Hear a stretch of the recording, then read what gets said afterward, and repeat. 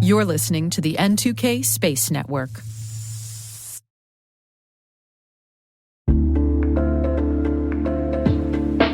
Hi, I'm Brandon Karpf, Executive Director of N2K Space. I want to share with you a word from our sponsor, the Italian Trade Agency. If you didn't know, Italy plays a critical role in the international space economy as one of the largest and most advanced aerospace manufacturing hubs. From satellite systems that connect the world to interplanetary missions that push the boundaries of exploration, Italy stands at the forefront of space advancement. JUICE, Euclid, Artemis, DART, and Webb, Italy's space industry had a significant part in each of these missions. Italy is now launching a new business acceleration program in the United States completely dedicated to aerospace with 6 groundbreaking new startups right in Houston. Tune in as ITA unveils the unparalleled innovation and excellence that brought Italy to be a top U.S. aerospace supplier. Visit itahouston.com/spaceitup23 to learn more. You can also visit space.n2k.com/ITA for a whole bunch of new information. And a sincere thanks to our friends at ITA for sponsoring this podcast.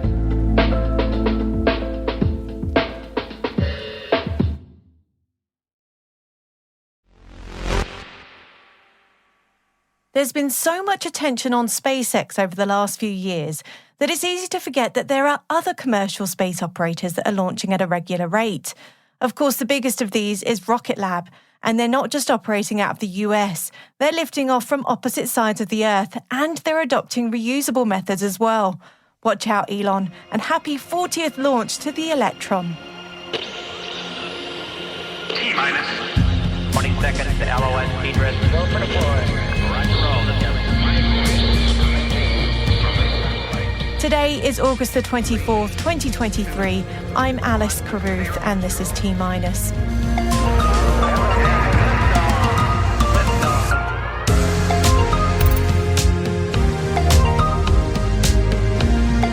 Rocket Lab celebrates its 40th Electron launch. North Korea's spy satellite fails to reach orbit. Space imagery company Heyo raises $8 million in a Series A round. And our guests today are Giulia, Salmaso and Salvatore Grignano from the Italian Trade Agency on their new accelerator program, Space It Up. Stay with us for that one.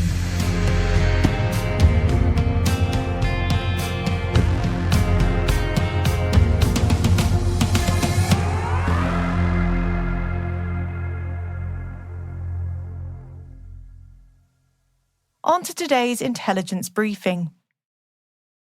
It's all cheers and excitement here at T-minus as we join Rocket Lab in celebrating the 40th launch of their Electron rocket. It's no small feat, I'm sure you'd agree.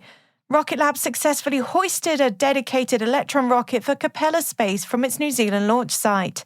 The launch demonstrated several significant milestones for Rocket Lab's reusable program: an ocean splashdown of the Electron rocket's first stage, and a successful flight of a pre-flown 3D-printed Rutherford engine for the first time. You've got to love Rocket Lab's fun mission names because We Love the Nightlife had us all discoing to the Alicia Bridges classic of the similar title. The Electron transported and deployed Capella Space's next-generation Acadia satellite for its synthetic aperture radar constellation to a 640-kilometre circular low Earth orbit. Congrats, team. Earlier this week, we mentioned that North Korea was planning another satellite launch, and it seems that they met their intended schedule with a liftoff earlier today that once again ended in failure. North Korean state media reported that the rocket booster experienced a problem with its third stage. This is the second attempt by North Korea to place a military spy satellite in orbit this year, violating UN sanctions that are currently in place on the country. State media is also reporting that the space agency is planning to try a third attempt in October. India is riding the wave of yesterday's successful touchdown on the lunar South Pole. The mission is expected to last a further 13 Earth days, and once returned to terra firma, the Indian Space Research Organisation will turn its attention to its next moon mission. ISRO is working in partnership with Japan's Aerospace Exploration Agency, also known as JAXA, to launch the Lunar Polar Exploration Mission, known as LUPEX. LUPEX will also be an uncrewed lunar lander and rover mission to the Moon's South Pole and is not expected to be launched until 2026. Across India, celebrations have been held to mark the success of Chandrayaan-3, and one caught our eye as leading the charge for the future of space in the country. IIT Hyderabad's team partnered with Blue Block School to create a state-of-the-art space lab which opened at the same time as Chandrayaan-3's landing. As the world celebrated the Vikram lander's success, students at Blue Blocks landed their prototype of the Vikram lander and operated their replica rover in the space lab. They even used their rover prototype to cut the ribbon for the opening. Way to inspire the next generation. Satellite and ground communications company SES is partnering with We Are IT to deliver connectivity services via the SES-9 satellite to 43 Filipino Commission election offices. We Are IT plans to use SES-9 to increase connectivity for government operations and digital services in remote regions of the Philippines. Australian startup HEO has raised $8 million in a Series A funding round. HEO plans to use the capital to build its space situational awareness services. HEO's original mission was to track asteroids, but the founders of the company realized that there were opportunities in satellite-to-satellite imagery. HEO offers flyby inspections of satellites and debris objects. The Sydney-based company relies on partner companies to host its software platform on their imaging satellites. HEO currently works with US-based Satellogic and Tokyo-based Axel Space. The head of the Australian Space Agency, Enrico Palermo, says that the agency is proud to be collaborating with HEO. Palermo said, quote, "Their revolutionary satellite inspection technology is enhancing our understanding of space debris, satellite movements, and potential threats." US-based in-space infrastructure services company Momentus has signed a contract with Spanish company Fossa Systems to provide hosted payload services starting in 2024. The hosted payloads will complement Fossa's existing IoT satellite constellation with additional capacity and serve as a technology demonstrator platform independent of future satellite launches Fossa has scheduled for 2024 and 2025. This isn't a new partnership between the companies. Momentus provided orbital delivery services to Fossa in the inaugural mission of Vigoride in 2022, and most recently provided mission management and integration support for the launch of the Fossa-Sat Ferox satellite in June of this year. Italian-based SAB Launch Services is exploring ways that its IOSHEX orbital vehicle could partner with the European Space Agency's Space Rider vehicle. ESA's Space Rider is an uncrewed robotic lab that plans to stay in low Earth orbit for about 2 months at a time to host experiments in microgravity. At the end of its mission, Space Rider will return to Earth with its payloads and land on a runway to be unloaded and refurbished for another flight. SAB's IOSHEX is a multi-purpose orbital vehicle, and SAB is looking to see if once it completes its primary mission as a rideshare payload adapter, the vehicle can be used to conduct secondary missions. SAB's IOSHEX Space Rider interoperability demonstration mission concept is currently being pursued as part of ESA's Future Launches Preparatory Program. The Space Foundation's Commerce Institute has announced that it's partnering with the Netherlands Ministry of Foreign Affairs to support and promote the Dutch space sector in the US. We will be learning more about what that partnership looks like in our interview today with the Italian Trade Agency about their Space It Up accelerator program, which is also in partnership with the Space Foundation.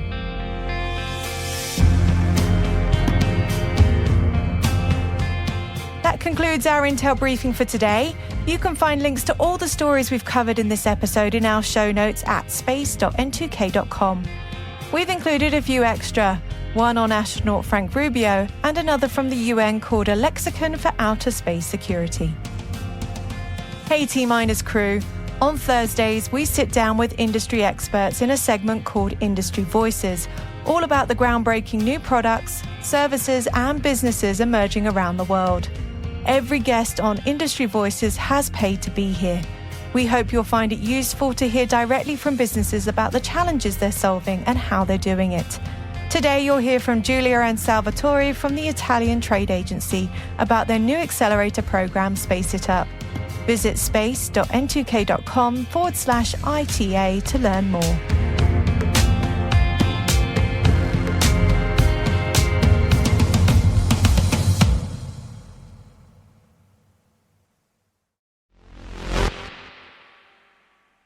Our guests today are Giulia Salmaso and Salvatore Grignano from the Italian Trade Agency. I started by asking them to tell us more about the mission of the Italian Trade Agency in the US. I am Giulia Salmaso. I am Marketing and Promotion Officer at the Italian Trade Agency Houston office.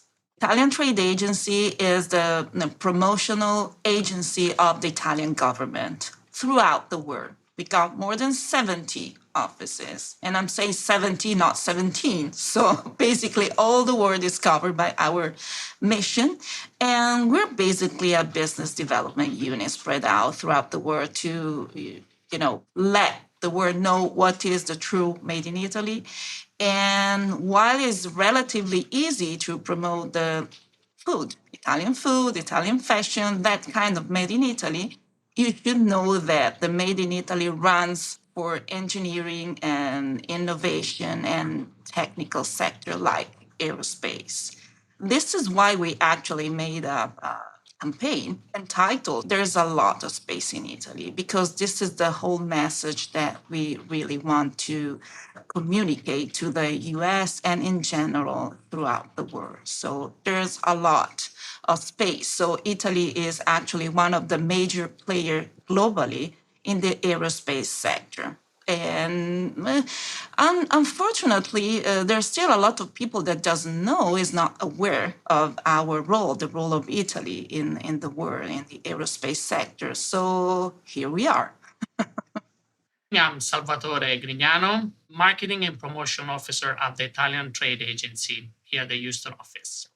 I just want to add that despite the fact that Italy has been in space since the beginning, we were the third country sending a satellite in space right after the US and the Russian. We're still surprised to see people that are in this industry. I'm not talking about people that belong to a different industry. When we go to trade show, asking us, is what Italy's doing? I didn't know Italy was so big in space. And that really surprised us. But it showed us there is opportunities for communicators and agency like ours to spread the word and to convey the message that Italy is not just food, fast car, and fashion, but it's also engineering, propulsion system, and satellites as well. Absolutely. Can you tell us about some of the companies you've been working with as the Italian Trade Agency and what it is you've been doing to help promote them in the US? Our attention as a trade agency is always on the startups or the small medium enterprise. We always try to help the company that they don't have enough resources, sometimes in terms of manpower or budget in marketing to market their presence in the US market. This is why some of the effort has been in supporting startups and for that matter, we are launching in September the first acceleration program for space startups here in the US. We're going to host this 5 weeks acceleration program in collaboration with the Italian Space Agency and Space Foundation in Houston. And it's going to be the first of a kind and hopefully the first of many years to come, because the main idea is try to build a pipeline of talent from Italy that they come over here, connect with the US market. And in the future, since we are a company to help them become an international company, help them establish themselves with a branch here in the US and tackle the market and be successful. So as you guys have mentioned it, you've got this incredible event coming up called Space It Up. How did this come about? What was the thought process behind this event and this accelerator program? Well, actually it comes a long way. So we hosted here in Houston the Texas leg of a program called Global Startup Program run by the Ministry of Foreign Affairs that for 4 years in a row actually brought to the United States more than 50 startups. And we accelerated for 4 years in a row a different kind of startup of all the possible sector. But being here in Houston and being the aerospace ecosystem here, one of our specific assets of our office, we decided to run an acceleration program vertical on aerospace all on our own. So this is going to be a pioneering experiment and acceleration program where actually we're the major player. We're the promoting office. We're the one that created it. It's our baby, and we are very, very proud of that. We got a great partner in this, that is Space Foundation and the Italian Space Agency itself. So it's going to be something big. We're excited. As Salvatore, my colleague, mentioned, we are very, very proud of the 6 startups that we have selected.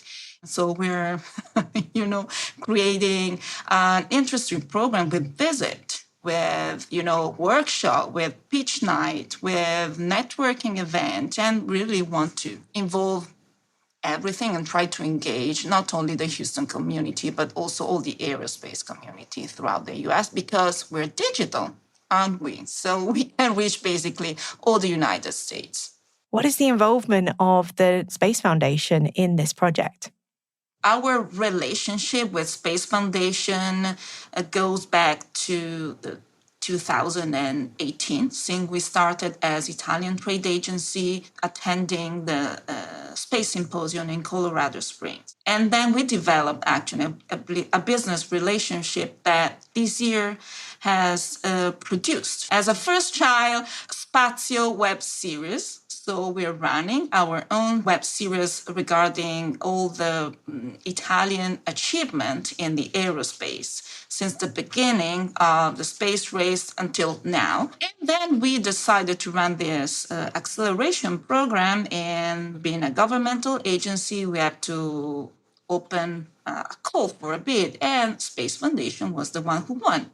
Actually, with a very, very interesting acceleration program, challenging, and this is it. So we trust them, they trust us. So it always starts with persons, right? And then it developed as a business relation. Salvatore, can you tell me a little bit about the companies that you guys have selected for this program? We have 6 companies, and they span from companies that are focus on propulsion system like T4I, for example, all the way to companies that are focused on a downstream part of space like NABU, which they use satellite information to help farmers farming around the world. So thanks to their technology, they will be able to be more efficient, save water, be more eco-friendly, and have a better crop. And then we have, as you can imagine, satellite companies and Earth observation with Archive Dynamics. So it's going to be a good mix of startups. We try to cover a broad spectrum of technology because we want to be sure we connect also with other part of the United States, not only Houston, because space is spread out all over the United States. In order to do that, I just want to add that we are getting into a platform that is called Village Inside. We're building our village. So we're going to try to build a community. So when the program is going to be over, hopefully the community will still be there. We can still be able to engage, and we will still be able to keep the attention on these technologies that might in the future going to change the way we approach to space. What is it really that the trade agency is trying to get out of this program? Alice, actually, our 6 startups have 6 different levels of evolution, okay? They are at a different stage. So some of them need validation. Some of them are on a different stage, like, for instance, T4I is so well developed that they have already decided that they're going to open a location here in the United States. So they're just, trying to understand the right state the right proposition, right? And some of them need maybe just to understand how is the US market. So actually it depends what they want. Usually it's a 360-degree acceleration program, and it's very customized. This is why it's difficult to tell. But one thing we can say that after those 6 weeks, they will certainly have the US in their future at their horizon. So this is what we're trying to introduce to them, and this is what they will get home. How do companies find out more about the Space Up Accelerator program, and how can they get more involved in helping Italian companies progress here in the US? Well, very simply, we do have a landing page where you can find actually all the information and also the pitch, the elevator pitch of all the 6 startups, itahouston.com/spaceitup23. It's very easy, actually.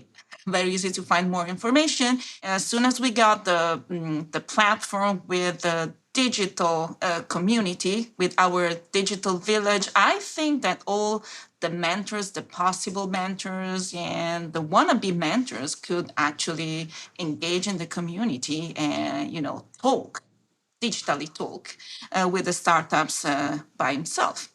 I would like to add that you can always look out for the ITA Houston on LinkedIn or on the other social media. Reach out to us. And if you're in Houston, come meet us. We try to participate to all the innovation events that are here in town. We try to stay in touch with the community. So look out for me, for Giulia, the ITA.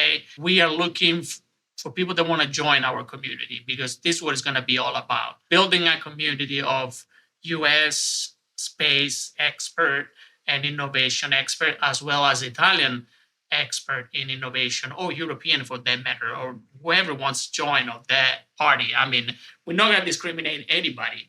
Also, look out for the Italian National Space Day, which is going to be in December. We're going to have a big event in Washington, D.C.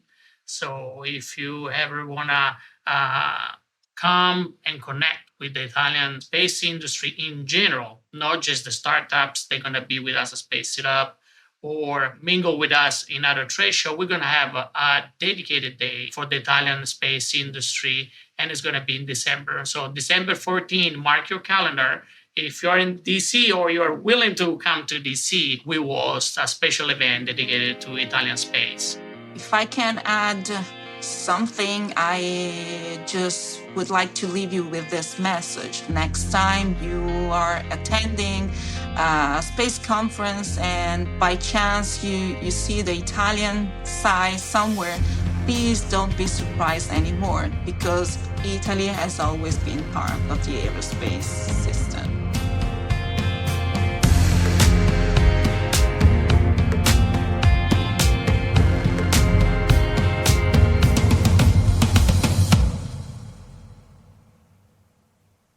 We'll be back. Welcome back. Anyone who knows me knows that I love a space telescope. I've helped curate art shows on images from the Hubble, some of which are printed up to 8 feet in size on my wall. James Webb images regularly reduce me to tears, and I'm super pumped about its successor, the Nancy Grace Roman Space Telescope. The telescope is currently under construction, and the team has recently shared some updates and photographs. You can see them in our show notes. The joint NASA-ESA team has started integrating and testing the spacecraft's electrical cabling, or its nervous system, to enable different parts of the observatory to communicate with one another. The nervous system, known as the harness, provides power and helps the central computer monitor the observatory's function with an array of sensors. Some fun facts about the Roman. The harness weighs about 1,000 pounds. It's made up of approximately 32,000 wires and 900 connectors. And if the wires were laid out end to end, they would span 45 miles. Directed upward, they would reach 8 times higher than the peak of Mount Everest. Super cool. The current updates bring the mission a step closer to surveying billions of cosmic objects and untangling deep space mysteries. The Roman telescope will map the universe with colossal amounts of data, and scientists hope it will answer questions about dark matter. It's currently set to be launched by May of 2027.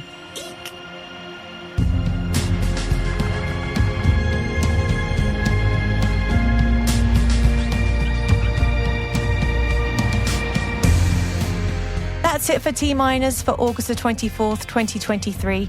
For additional resources from today's report, check out our show notes at space.n2k.com. We're privileged that N2K and podcasts like T-Minus are part of the daily routine of many of the most influential leaders and operators in the public and private sector, from the Fortune 500 to many of the world's preeminent intelligence and law enforcement agencies. This episode was mixed by Elliot Peltzman and Trey Hester, with original music and sound design by Elliot Peltzman. Our executive producer is Brandon Karff, our chief intelligence officer is Eric Tillman, and I'm Alice Carruth. Thanks for listening.